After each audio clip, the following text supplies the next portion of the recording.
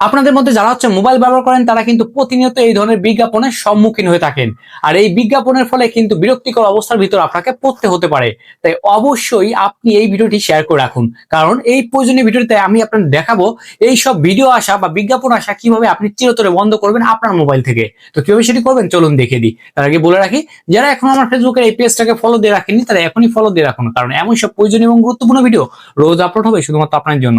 আর এই ভিডিওটাকে আপনি অবশ্যই শেয়ার করে রাখবেন, কারণ যে কোনো সময় কিন্তু এটা আপনার কাজে লাগবে এবং আপনার ধরুন আপনার পরিচিত আত্মীয়স্বজন যারা আছে তাদেরও কিন্তু অনেকটা উপকার হবে। তাই অবশ্যই শেয়ার করে রাখুন। তো চলুন কিভাবে সেটি করবেন দেখে দিই। তো এই কাজটি করার জন্য প্রথমে আপনাকে আপনার ফোনের সেটিং এ যেতে হবে। আমি আমার ফোনের সেটিং এ যাচ্ছি।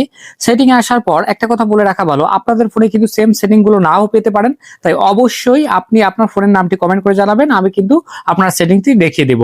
তো এখানে দেখুন প্রথমেই আপনাকে দেওয়া আছে কানেকশন। এই কানেকশনে আপনাকে ক্লিক করতে হবে। আমি কানেকশনে ক্লিক করছি। কানেকশনে ক্লিক দেওয়ার পর এমন একটি পেজ আপনাকে শো করবে। তো নিচের দিকে দেখুন এখানে লেখা আছে মোর কানেকশন সেটিং। এই মোর কানেকশন সেটিং এ আপনাকে ক্লিক করতে হবে।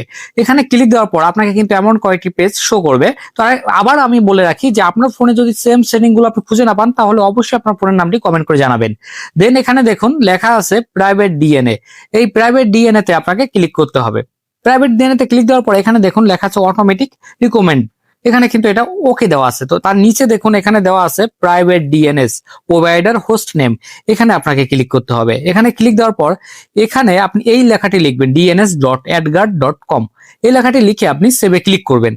ব্যাস আপনার কাজ কিন্তু শেষ। আরেকটা কথা বলে রাখা ভালো, এই কাজটি করার সময় অবশ্যই আপনার ওয়াইফাই বা ইন্টারনেট ডাটা এটা কিন্তু অন রাখতে হবে। তাহলে কিন্তু আপনার ফোন থেকে আর কোনো ধরনের খারাপ বিজ্ঞাপন বা আপনার ভিডিও এগুলা কিন্তু আপনার ফোনে আর আসবে না, আপনি সুরক্ষিত থাকবেন। অবশ্যই প্রয়োজনীয় ভিডিওটি আপনি শেয়ার করে রেখে দিন। ধন্যবাদ সবাইকে।